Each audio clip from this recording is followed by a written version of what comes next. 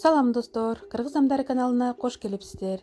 Достор, мен аябай даамдуу, аябай батча салуучу кунжут кошулган печенье жасадым. Эгерде кимге кызык болсо, анда мени менен чогулуңуздар. Булар бизге керектелүүчү азыктар. Биз биринчи кунжутту жай отто кызарта куруп алабыз. Утуру аралаштырып турушубуз керек.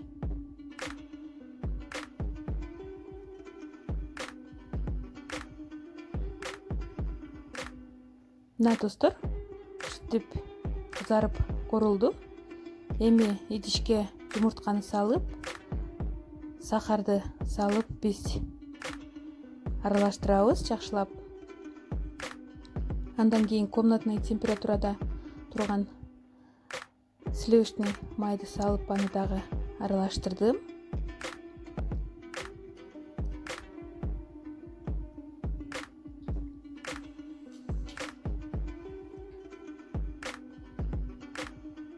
Туз коштум.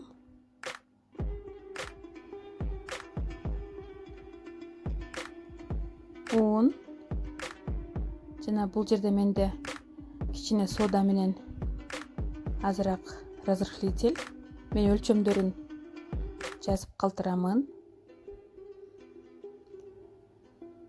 Мынакей, эми кунжутту аз-аздан салып аралаштырып баштайбыз.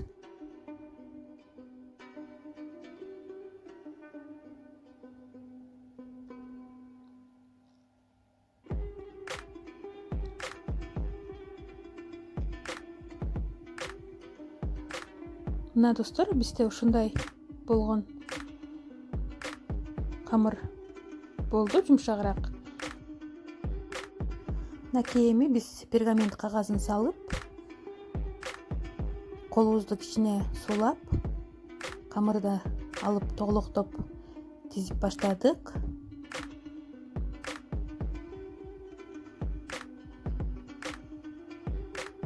Достор, мен бул жерде аябай эле жакын тизип алыпмын. Аралыгын аябай эле көп эле калтырып, анан кийин тизиңиздер демекчимин. Анткени бышканда менин булар аябай жакын болуп, бири-бирине жабышып, бир эле пласт болуп бышып калды. Мына эми үстүн кичине колубузду суулап, баскылап чыгабыз. Ысытылган духовкада 180 градуста 7-10 мүнөт бышырып алдык. Мына достор, бул менин экинчи салган печеньеларым. Бышкандан кийин печеньени муздатып, анан кийин ушинтип чыгара алабыз, анткени ал бышканда аябай эле жумшак болот.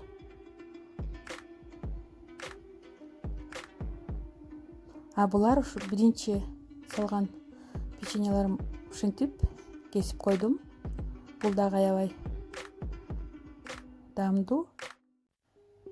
Достор, мынакей печеньеларыбыз аябай даамдуу, аябай аппетиттүү болду, күйдүрөп.